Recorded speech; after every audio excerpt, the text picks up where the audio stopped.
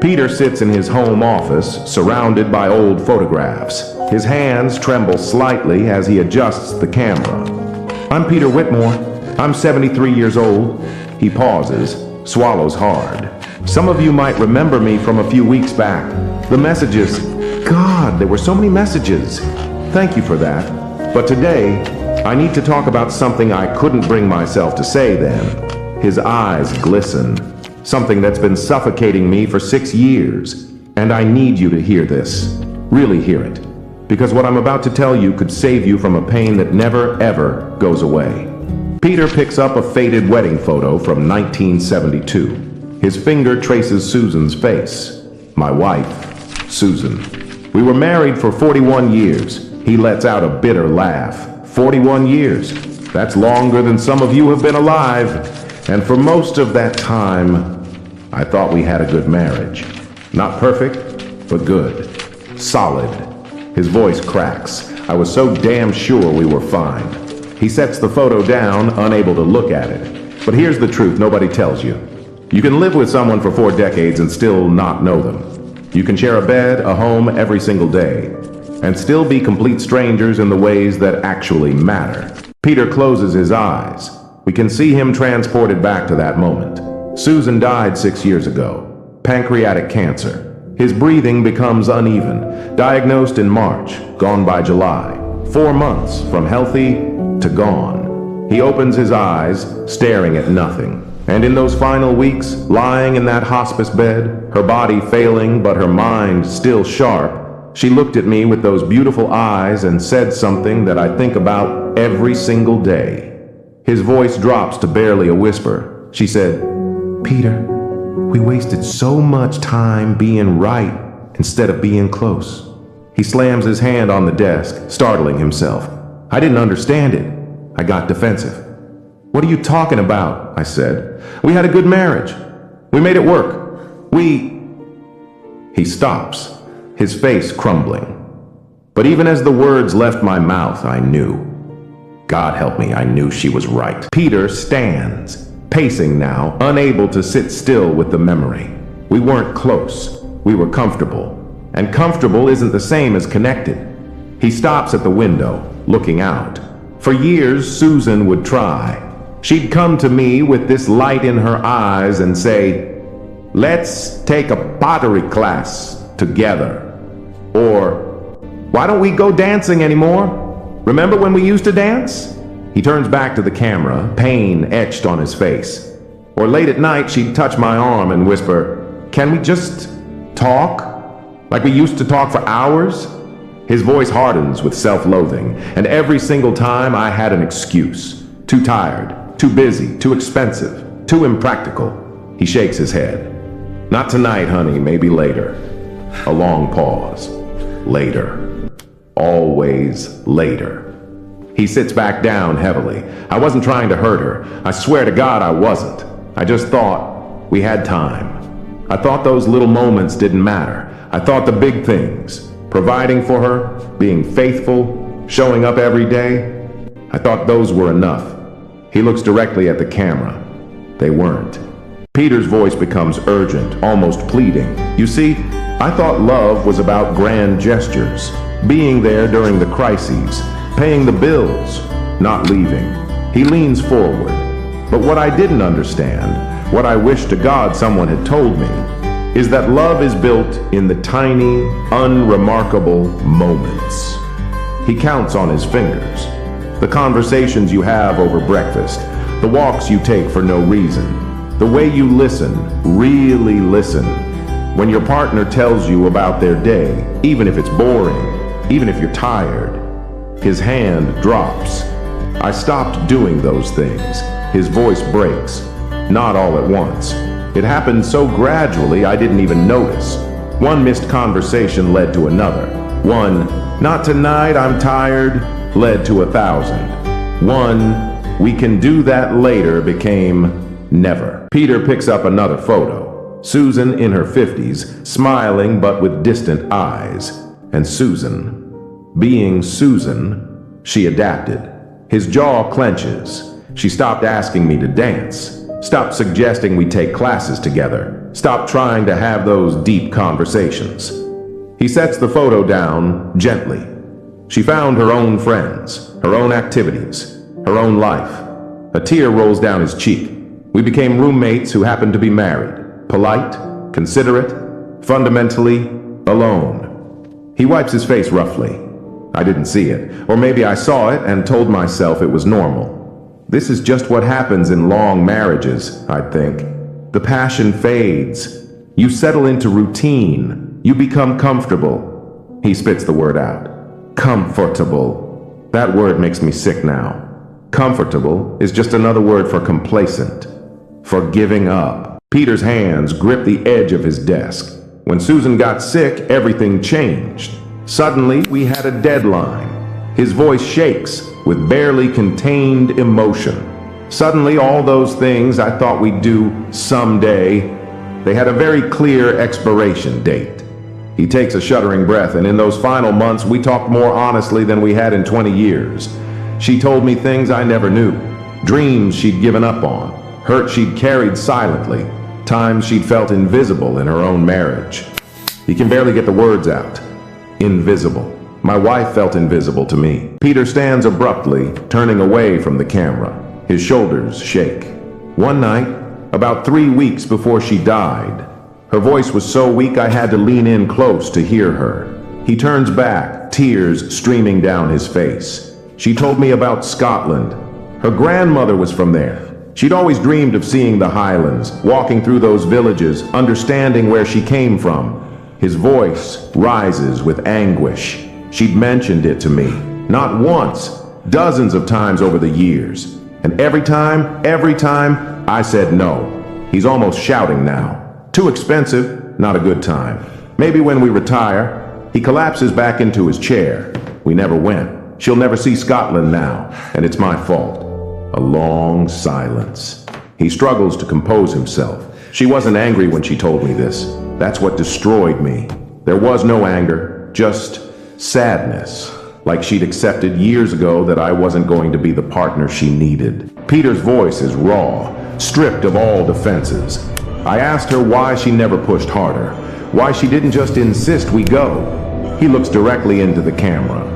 And you know what she said? His voice drops to a whisper.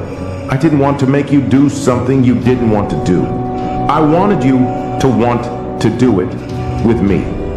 He breaks down completely, covering his face. That sentence, that one sentence, destroyed everything I thought about our marriage. He looks up, face wet with tears. Because she was right. She didn't want me to take her to Scotland out of obligation. She wanted me to be excited about sharing that with her, to care about it because she cared about it. His voice is barely audible, and I couldn't even give her that. Peter pulls himself together, wiping his face. His voice becomes urgent. Listen to me, please. I'm begging you, listen. He leans toward the camera. The biggest threat to your relationship isn't cheating, it isn't fighting, it isn't some dramatic betrayal. He pounds the desk with each word. It's indifference. His voice rises. It's taking each other for granted. It's the slow, silent erosion of intimacy that happens when you stop trying. He points at the camera. You stop asking questions because you think you already know the answers. You stop making effort because you think your partner will always be there. You stop prioritizing the relationship because you think you have time. He shakes his head violently. And one day you wake up next to a stranger, or worse, they're gone, and you never got the chance to really know them at all. Peter opens a drawer and pulls out a worn journal. He holds it like it might burn him. After Susan died, I found this in her nightstand. She'd been keeping it for years. He opens it, his hands trembling. Reading through it was like discovering a person I'd lived with, but never truly seen. He reads, his voice breaking. She wrote about loneliness, about feeling like she was screaming into a void, about small moments that hurt her. He turns pages, tears falling onto them. Times I was physically present, but emotionally absent. Times I chose work over her. Times I was more interested in my phone than in what she was saying. He closes the journal carefully, but she also wrote about love. about the man she married, about hoping that version of me would come back. His voice cracks. I was right there. We slept in the same bed every single night, but I might as well have been on another planet. Peter's face shows a mix of pain and self-hatred. Here's the part that kills me. It wasn't malicious. I wasn't trying to hurt her. He shakes his head. I just got lazy. I thought showing up was enough. I thought providing was enough. I thought not doing anything wrong was the same as doing things right. He looks directly at the camera, his voice intense. But relationships don't die from dramatic failures. They die from 1,000 small neglects. He counts on his fingers again. From 1,000 not tonights, 1,000 maybe laters, 1,000 I'm too tired's. His hand forms a fist. They die from stopped conversations and forgotten dreams and the slow death of intimacy. Peter leans forward, speaking directly and urgently to the viewer. If you're in a relationship right now, I don't care if you're married, dating, whatever, I need you to stop everything and ask yourself, he holds up one finger. When's the last time you had a real conversation with your partner? Not about logistics or schedules or what's for dinner, about dreams, about fears, about who you really are. Second finger. When's the last time you did something just because it would make them happy?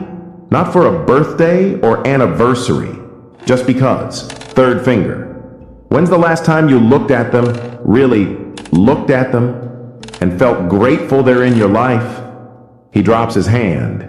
If you can't remember, if you're sitting there thinking, I don't know, he points at the camera. You're making the same mistake I made. Peter's voice becomes softer but more intense. Your partner isn't going to be there forever. He pauses. I know that sounds dark, but it's true. One of you will die first. That's just reality. And when that happens, he shakes his head slowly. You don't get a do-over. You don't get to go back and have those conversations you postponed. You don't get to take those trips you kept delaying. You don't get to say those things you assumed they already knew. His voice breaks. Susan and I had 41 years, and I wasted at least half of them being comfortable instead of connected, being right instead of being close, being present instead of being engaged. He looks directly at the camera, pleading, "Don't make my mistake." Peter's voice becomes almost desperate. Love isn't something you feel and then stop working on. Love is something you do. He emphasizes each word, every single day, in small ways and big ways. He stands pacing again. It's choosing to be curious about your partner even after decades together. It's trying new things together even when it's uncomfortable. It's having hard conversations even when it's easier to avoid them. He stops, facing the camera. It's caring about the things they care about. Not because you have to, but because they matter to the person you love. Peter sits back down, his face showing shame. After Susan died, people kept telling me I'd been a good husband. He shakes his head. They meant well, but they were wrong. His voice hardens. I wasn't a good husband. I was an adequate husband. I met the minimum requirements. I didn't cheat, didn't abuse, didn't abandon. He looks up, but that's an incredibly low bar. His voice rises. Being a good partner means actively building intimacy, choosing vulnerability, staying curious, making effort, prioritizing connection even when you're tired or busy or stressed. He deflates. I didn't do those things. And now I live with the regret of knowing I had something precious, and I let it slip away through sheer neglect. Peter's voice becomes quiet, haunted. 6 years later, I still think about Scotland every single day. He stares into the distance, about how little it would have cost me to say yes. A week of my time, some money, that's it. His voice breaks, and it would have meant everything to her. He covers his face with his hands. I think about the pottery classes she wanted to take, the dancing lessons, the long conversations. He looks up, tears streaming. All the small ways she tried to stay connected, and all the times I said no, or not now, or maybe later. His voice is barely a whisper. Later never came. It never does. Peter stands suddenly, his voice becoming urgent and passionate. If you love someone, if you share your life with someone, don't wait for the perfect time to show them they matter. He's almost shouting now. Don't assume they know. Don't take them for granted. He counts rapidly on his fingers. Ask them about their dreams. Listen to their stories.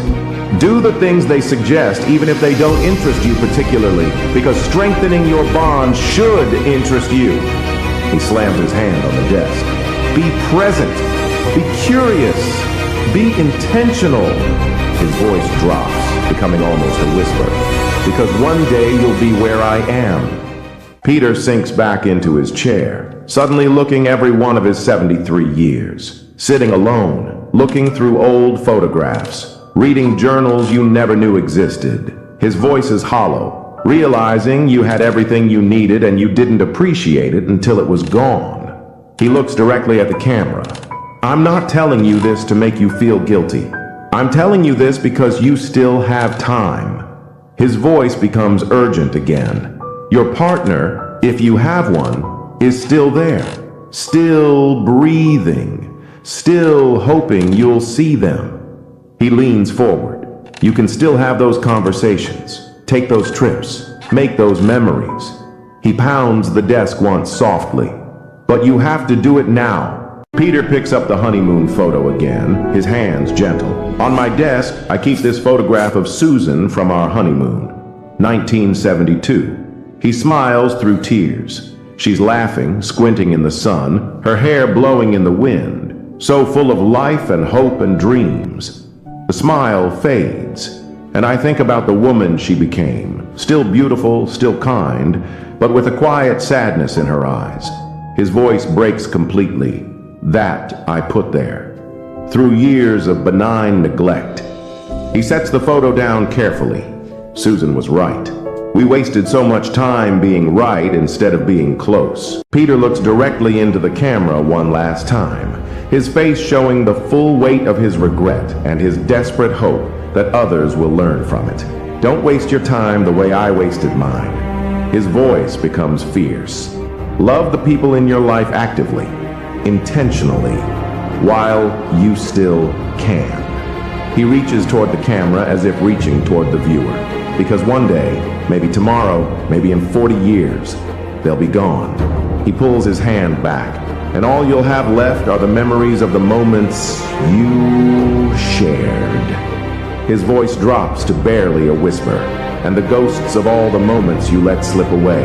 He holds the viewer's gaze for a long moment, then slowly reaches to turn off the camera. Text appears. If you found this helpful, please share it with someone who needs to hear it. Subscribe for more stories like this, and if you have someone in your life right now, call them today. Tell them they matter while you still can.